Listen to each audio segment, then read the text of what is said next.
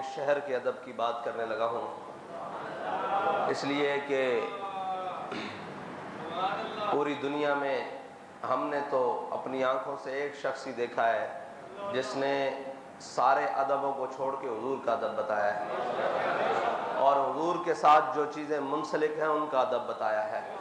ورنہ ہم نے جہاں بھی دیکھا، جس کو بھی دیکھا، اس نے اپنا ادب ہی بتایا۔ اس نے کہا مینو منو، میری منو۔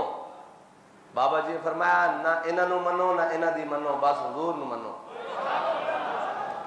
اور اسی کے ماننے میں بھلائی ہے۔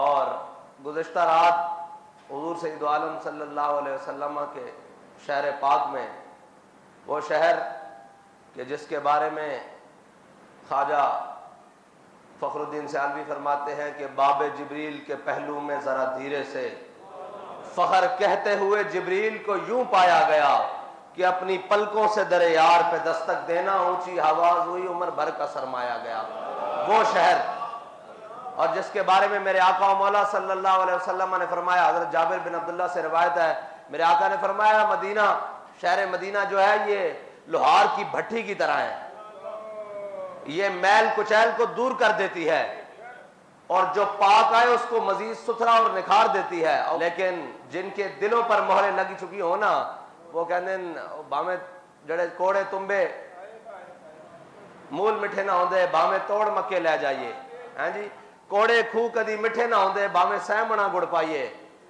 بابا جی حضرت مولانا روم کے حوالے سے ایک بات کرتے تھے کہ حضرت مولانا روم نے فرمایا ہے کہ جو بدبخت ہے نا اس کو نبی کی مجلس بھی فائدہ نہیں دیتی۔ یہ جو ہے نا یہ بدبختی ان کے دلوں پر لکھ چکی ہے، اس کے بدبختی ہونے کی وجہ سے اس کے پیچھے ایک بدبخت ہے جس نے اپنے اقتدار کی خاطر تو پورے پاکستان میں شور ڈالا، اور اپنے اقتدار کی خاطر کہا کہ کانوں میں یہ بھی کہنا ہے کہ ہم نے آزادی لینی ہے۔ یہ تو بات کی بات ہے نا کہ آزادی کس سے لینی ہے، لیکن ساری باتیں بتائیں لیکن حضور کا ادب نہیں بتایا، اس لیے وہ بے ادب بن کر وہاں پھر رہے ہیں حضور کے دربار میں، جہاں پر ادب گاہے زیر آسماں از عرش نازک تر۔ اور حضرت اسید بن عزیر جب حضور سید عالم صلی اللہ علیہ وسلم کی بارگاہ میں آئے نا تو آگے عیینہ بن حسن بیٹھا ہوا تھا۔ جب عیینہ بن حسن کو دیکھا تو وہ حضور کی طرف ایسے ٹانگیں پھیلا کے بیٹھا ہوا تھا بڑی بے باکی کے ساتھ، تو آپ نے فرمایا مجھے اگر حضور کی مجلس کا حیا نہ ہوتا نا تو میں تیرا پیٹ پھاڑ دیتا، اور یقین مانے اگر حضور کے شہر کا حیا نہ ہونا تو ان کو 100 جوتے لگائے جائے وہاں پر کہ تم حضور کی بارگاہ میں یہ باتیں کرتے ہو۔ لیکن ایک بات ہے کہ جنہوں نے باتیں کی وہ بھی بدبخت، پتہ ہے نا امام حسین کا بدلہ لینے والا مختار سقفی تھا، جب بدلہ مکمل ہو گیا نا تو اس نے بھی لعنت اپنے گلے لے لی۔ یہ کام بدبختی کرنے والے کون منسلک ہوئے؟ وہ بھی ایک بدبخت کے پیروکار منسلک ہوئے جن سے یہ کام لیا گیا۔ لیکن حضور سید عالم صلی اللہ علیہ وسلم کے دین کے لیے، حضور سید عالم صلی اللہ علیہ وسلم کی عزت و ناموس کے لیے جو بابا جی ہمیں سبق دے کر گئے نا، ہم نے اس سبق کو یاد رکھنا ہے، اور حضور کے شہر کا اور حضور کی ساتھ نسبت رکھنے والی ہر چیز کا ادب کرنا ہے۔ اور ادب گاہے زیر آسماں از عرش نازک تر، اور نفس گم کردہ می آیت جنید و با یزیدی جا۔ بابا جی ترمیم کر کے پڑھتے تھے نفس گم کردہ می آیت ابو بکر و عمر ایجا۔ یہ اتنی نازک بارگاہ ہے جہاں پہ اولیاء صحابہ سارے سانس روک کر بیٹھتے ہیں، تم وہاں پر اپنے بک بکارے لگاؤ، تمہارے لیے اللہ تعالیٰ کا بہت دردناک عذاب ہے۔ اگر تم حضور سید عالم صلی اللہ علیہ وسلم کے اس شہر کی بے حرمتی کرو اور اس شہر کے اندر اپنے ایک جھوٹے لیڈر کی خاطر، اس کی کیا حیثیت ہے بھائی؟ وہاں تو بڑے بڑے سرور اور تاج والے ایسے سر جھکا کر کھڑے ہیں، تم اس کے لیے باتیں کرتے پھرو۔ اور یہ بھی جو جاتے ہیں یہ اپنی شناخت کے ساتھ نہ جایا کریں، وہاں کوئی شناخت نہیں ہے، وہاں سب حضور کے غلام بن کر جایا کریں۔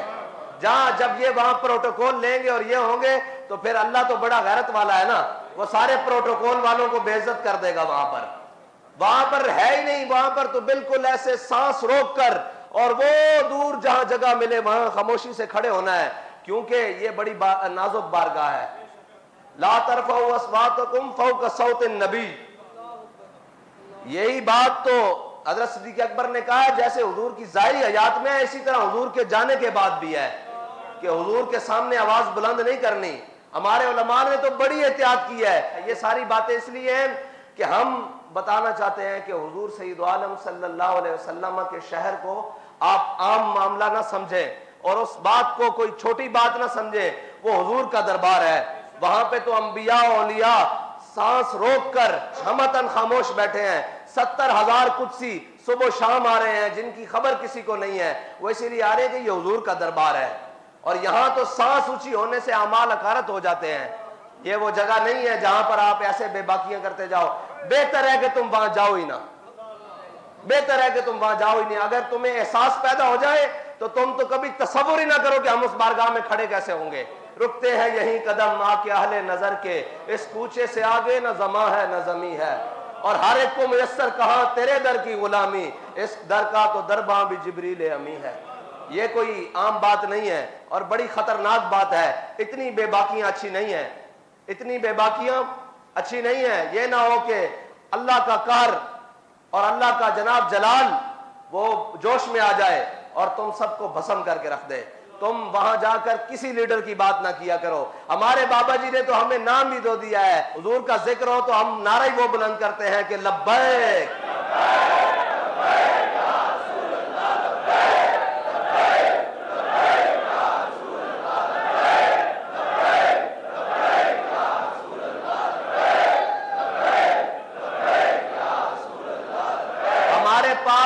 نعرہ اور اعلامیہ اور بیانیہ ہی وہ ہے جس میں ذاتی تشخص ہے ہی نہیں, جس میں ذاتی شخصیت ہے ہی نہیں.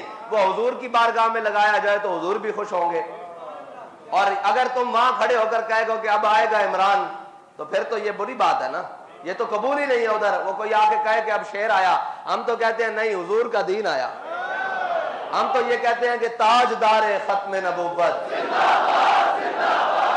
اور دوسری بات, وہ جو وزیر اعظم بن گیا ہے اس کو پھر ایک دفعہ کہتا ہوں کہ یہ ذلت ایسے نہیں ہو رہی. یہ ذلت اس وجہ سے ہو رہی ہے کہ تم کہہ کے گئے ہو کہ میں اس ملعون کے ساتھ مل کر کام کروں گا. تو دیکھ لو سین نبوی میں تمہاری ذلت ہو رہی ہے. وہاں پہ تو چور کو بھی چور نہیں کہا جاتا. وہ تو اعلیٰ حضرت نے فرمایا چور حاکم سے چھپا کرتے ہیں یا اس کے خلاف, تیرے دامن میں چھپے چور انوکھا تیرا. وہاں تو چوروں کو پناہ ملتی ہے, گناہگاروں کو, کیونکہ میرے آقا نے فرمایا شفاعتی لأہل الکبائر, میری شفاعت تو ہے ہی بڑے گناہ والوں کے لیے ہے, بڑے گناہگاروں کے لیے ہے, بڑے غداروں کے لیے نہیں ہے. تو گناہگار بن کر جاؤ نا, غداری تو نہ کرو حضور کے ساتھ. اگر غداری کرو گے تو پھر تم کیا, تمہاری حیثیت کیا. یہاں ابو جہل کو اللہ نے بچوں سے مروا دیا تھا.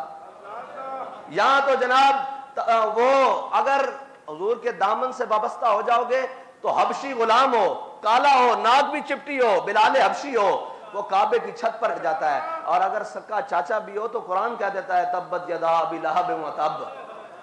یہ وہ بڑی نازک بارگاہ ہے, بہت نازک بارگاہ ہے. اس کے اندر کوئی ایسی بات نہیں چلتی. اللہ تعالیٰ مجھے اور آپ کو حضور کا ادب نصیب فرمائے, اور اگر کوئی وہاں چلا جائے تو اس کو باادب حاضری نصیب فرمائے. بس اسی ڈر سے کہ ادب گاہیز زیر آسماں از عرش نازک تر اور نفس گم کردہ می آیت جنید با یزیدی جا. علامہ اقبال نے تو پھر بات ہی ختم کر دی, کہتا ہے خاک طیبہ از دو عالم خوش ترست. کہتے